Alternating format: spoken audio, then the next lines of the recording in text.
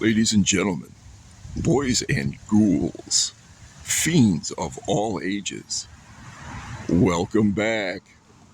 I'm your host, Anarchy Ass.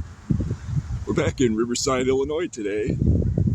A very sunny, crisp day today. I am here to take you to a much requested site, really a much requested object. I have not done a video on this previously up to this point because, frankly, I question the authenticity of it, and having done even more research into it, I still feel that way, but I'll get to that. What I'm talking about is the infamous bloody stop sign in Riverside, Illinois. There are many stories surrounding this stop sign, and there are as many variations of it as there are locals to tell the story, and that made it difficult as a researcher to find out which, if any, are true. But all of these stories seem to center around this one stop sign. And the general story was this, that sometime in the past, and when that past is varies, there was either a car crash, and in some versions of the story, it's a drag race that killed the driver. In some versions of the story, the driver also kills a child who was a pedestrian at this stop sign. And that ever since then, at night, the stop sign has run with blood. And that this bleeding stop sign is almost like paintings that cry in churches. It's something that people have come far and wide to see, and that many people have asked me about. Even a bigger variation is which stop sign it is, and I'll get to why that is the case, but in most versions of the story, it's the stop sign I'm going to take you to today. We are right on the banks of the mighty Des Plaines, and in some versions of the story, the car goes off of these riverbanks into the water. In some versions of the story, it's the 1950s, and these are drag racing greasers. In other versions of the story, it's the 1960s, but in most versions of the story, it's the early 1970s. And having researched it, I do believe the story originates in the early to mid 1970s. The only written documentation of this comes from the author Ursula Bielski, author of Chicago Haunts, as well as a number of other books dealing with supernatural occurrences in the Chicagoland area. And there is scant little that she found out about it, but reports to the Riverside police of a bleeding stop sign start in the 1970s, in 1973. So I want to say that's when the legend originated. It slowly built up in fame through word of mouth until the 1980s and 90s, when it reached its zenith and really gained a popularity and a following outside of Riverside. So it's really a 1970s tale, a pre-internet word-of-mouth tale that snowballed and really got out of control uh, over the course of decades, and continues on to this day with people contacting me and wanting to know about it.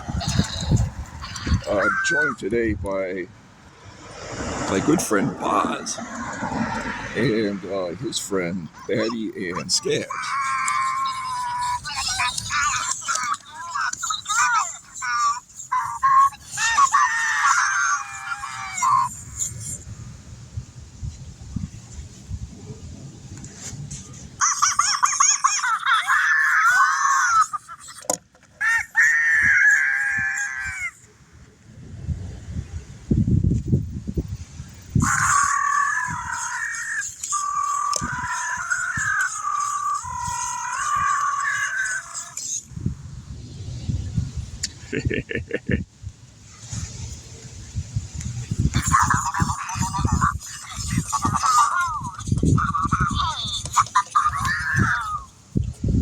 Unlike Boz and his friends, this story is told by people and taken seriously.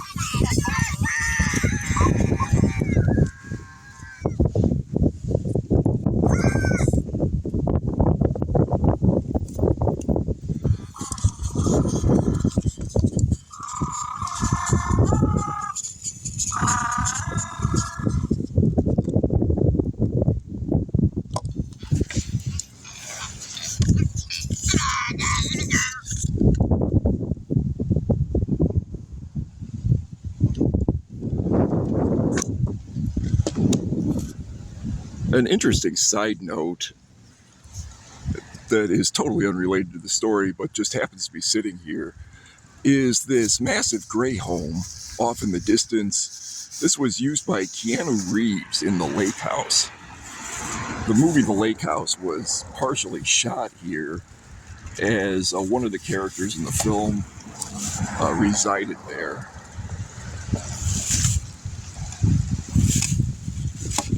Perhaps it deserves its own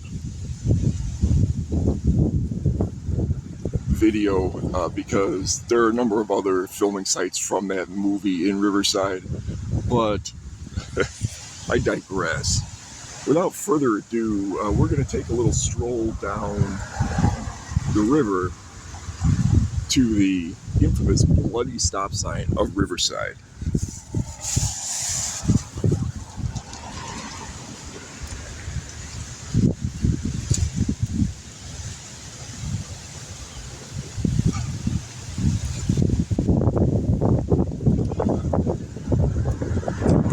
We are proceeding east.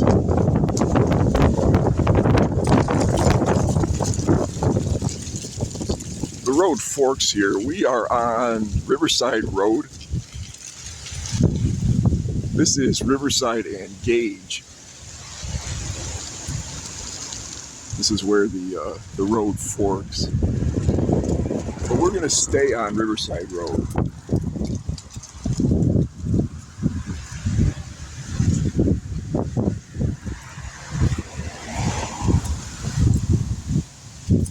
The reason I don't think the drag race story is rooted in fact is because this road curves.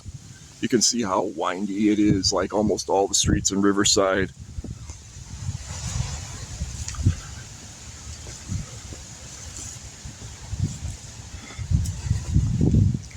The Riverside police have no record of any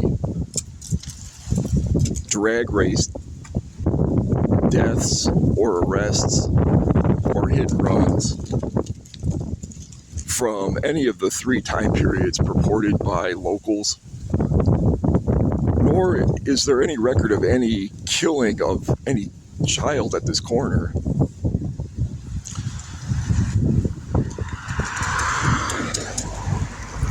Most telling of all, though, is there's no news reports. By that I mean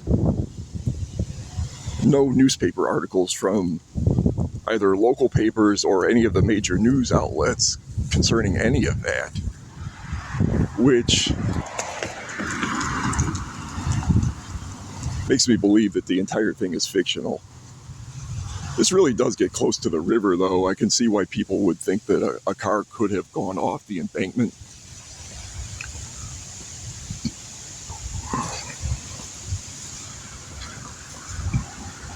You can see how it's a pretty steep drop. I mean,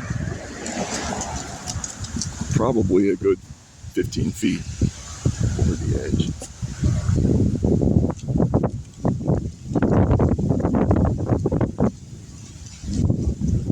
Some really large trees, too, right on the banks.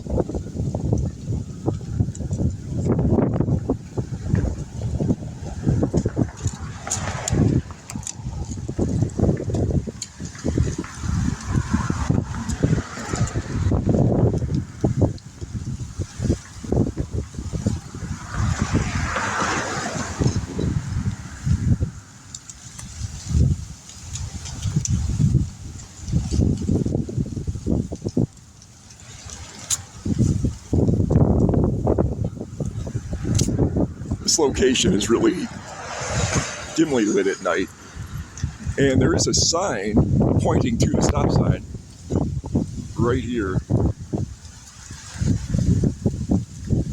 So if you're proceeding east, this is the sign leading to the sign.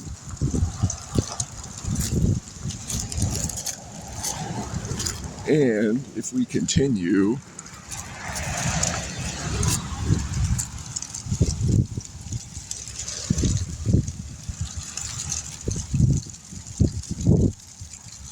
this is the infamous bloody stop sign of Riverside, Illinois. It doesn't seem very bloody today, but there were various times in its history, and it's telling that one of these times was the 1980s and early 90s, when a reflective substance was splattered on this sign, making it look like blood to car headlights at night. And as if that wasn't bad enough, whoever did this did the same thing to a number of other stop signs in Riverside, leading to speculation that there were other signs that were the bloody stop sign of Riverside, but this is definitely it. We are at the corner of Riverside Road and Olmsted. Olmsted, of course, being named after Frederick Law Olmsted, designer of the layout of Riverside. According to legend, this kid that was killed came off of this sidewalk, walked right over there where that crosswalk is, and the driver, who may or may not have been involved in a race, blew through the stop sign and struck the child over there at the crosswalk, killing him. But as I've said, there really isn't any basis for any of this in reality, and it really is just pure legend. But we will retrace the steps of the story over here. Why a child would be out here at night is also suspicious. I mean, there's really nothing here. This goes on along the river all the way to the center of town. You really don't see there's no houses or buildings on this side of the street. Kind of a nice view, though. Getting back to the story, though, if we proceed through the sidewalk and we are now headed north, this is where the supposed accident occurred, and that's the backside of the stop sign. So the driver, according to the legend, blew through that and struck this child here,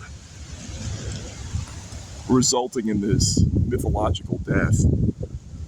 Who this child was is also unknown. in none of the legends do the locals ever provide a name for the child or even the gender. Was this a little boy, a little girl?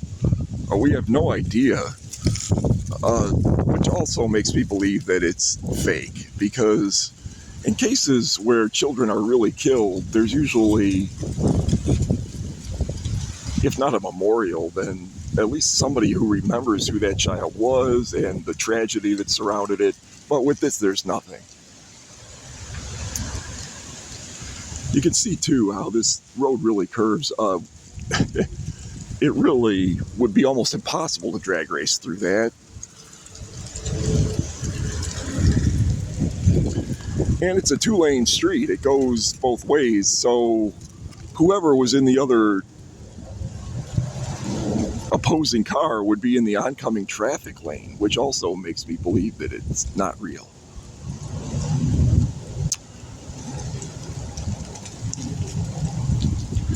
There is one of these little islands, the many parks that dot Riverside, on the other side of the stop sign.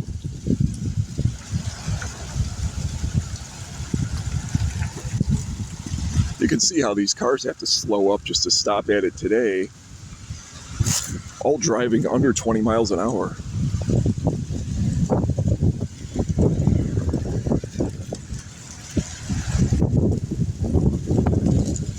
Again, the infamous bloody stop sign, Riverside, Illinois.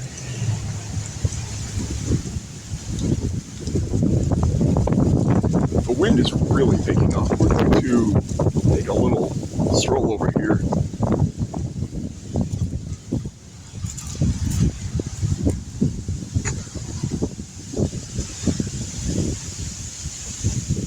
I apologize for the high winds.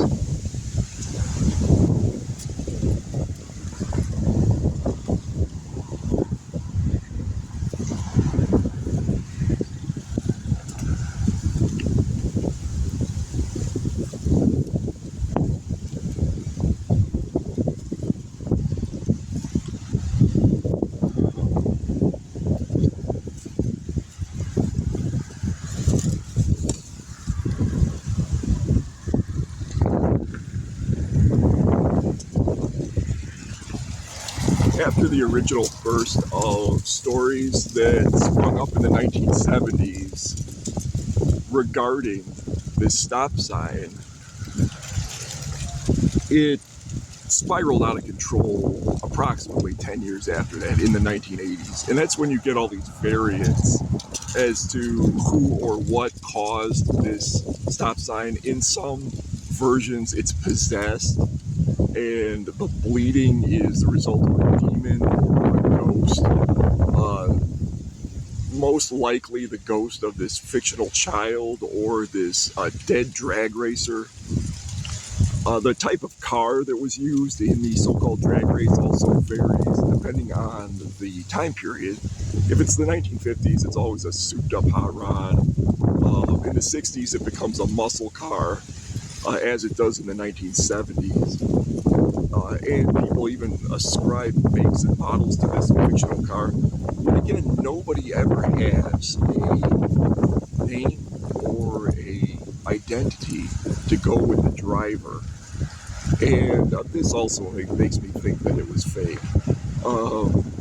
In present day, when people are killed on the roadway, it's not uncommon practice for the family to come out and provide a cross or flowers or some memorial to the fallen person. None of that exists with the stop sign. You can see there's really nothing here at all. And nobody ever came out to do anything like that.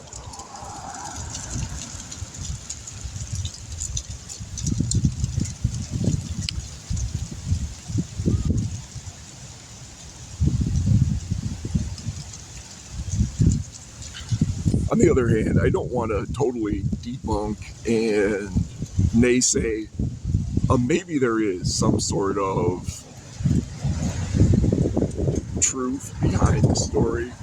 as we've seen in Riverside, there is a tendency to cover up and ignore major tragedies, even deadly ones.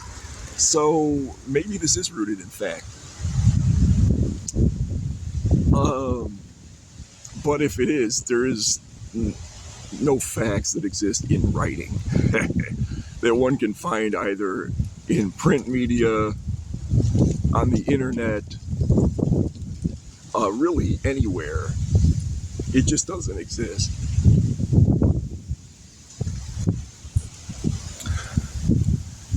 I don't know if this guy is here for the stop sign or just to look at me, but it does continue to draw people that will come out here and photograph it. Absent from this area also is the feeling of an aura that sometimes accompanies places that have had some sort of dark past or deadly history. It just doesn't have that feel to it. It just is a stop sign next to the river.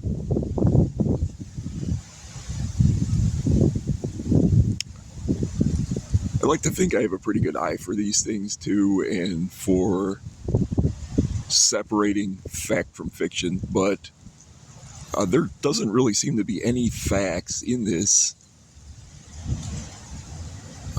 stop sign.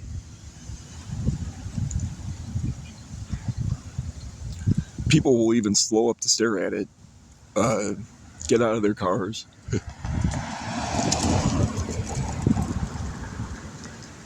And at this point, I think that'll probably continue for as long as the town.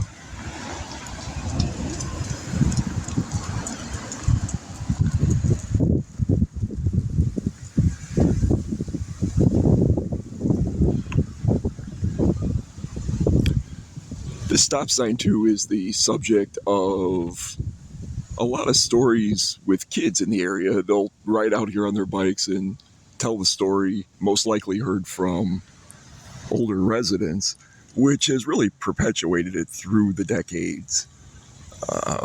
And it is going on 5 decades of this story that I know of.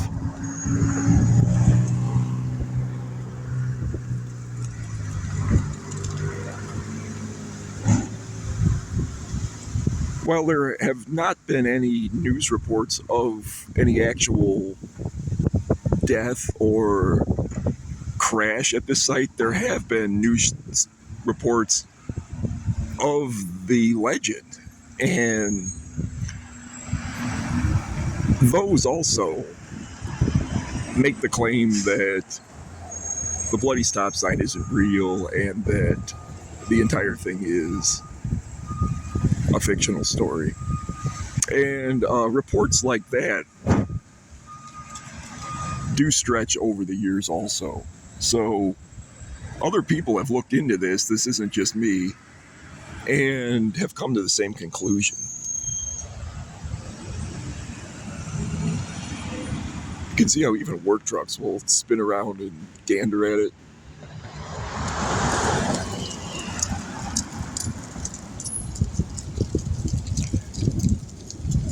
Interest in this seems to increase in the fall months, around Halloween, where people renew their interest in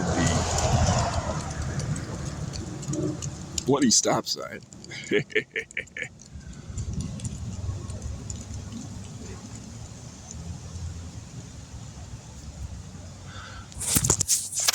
But I will once again appeal to my readers on this one. I shouldn't say readers, viewers. Do you know anything about this that is rooted in fact? If this took place in the 1970s, there'd be possibly relatives of the deceased, either this child or this drag racer. Do you have any factual information about it? Do you have any photos of the crash? Do you know the identities of either of these people? I'd really like to know. And if it is real, there would be somebody out there with that information.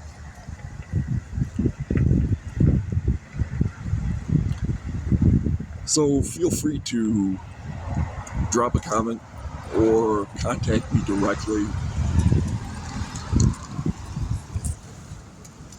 or even if you just have other stories regarding it. And I have heard many other variations of the legend that I'm not mentioning now, but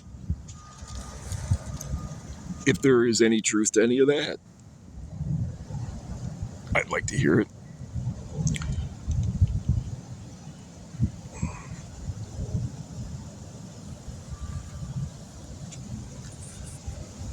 Also, if you just can't get enough Anarchy Ass, be sure to check me out on other platforms: Instagram, Anarchy Ass; YouTube, Anarchy Ass; Facebook, Anarchy Ass; Facebook, Shufflebot, Marshmallow, Deadmau5.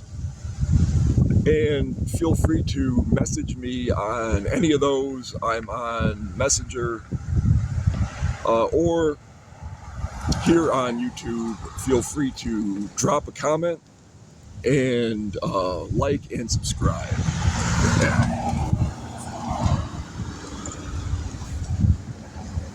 I'd like to close out by giving you a idea of the distance of this bloody stop sign from the center of town, as I know a lot of people will want to come out here and see this anyway, as they've done just while I've been here today.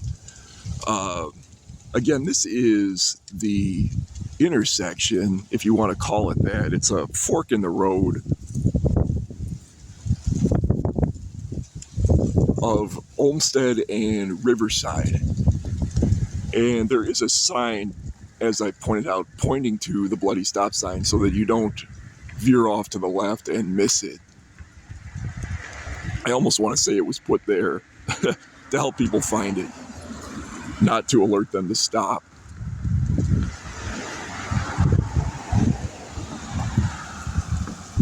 But if we turn into a westerly direction, and again, you can see how the road bends. This is Riverside Road.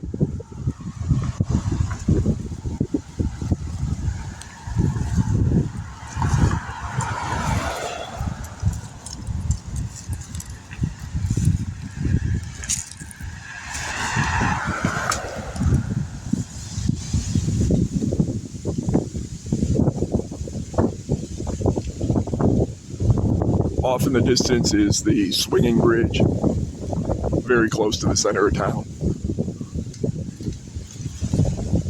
I would guesstimate we're less than a mile from the train station.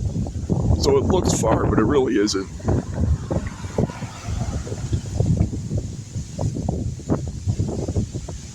Maybe 1 mile tops.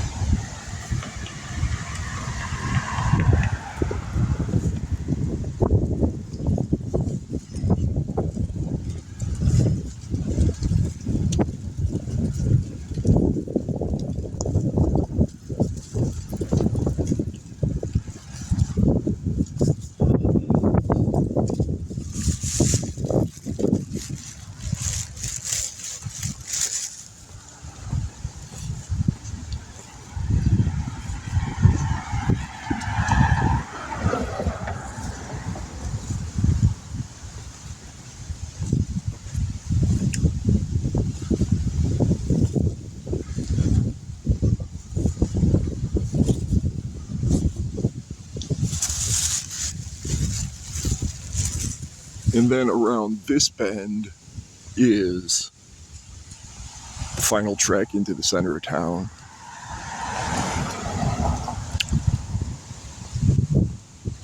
On the northern side of the railroad tracks.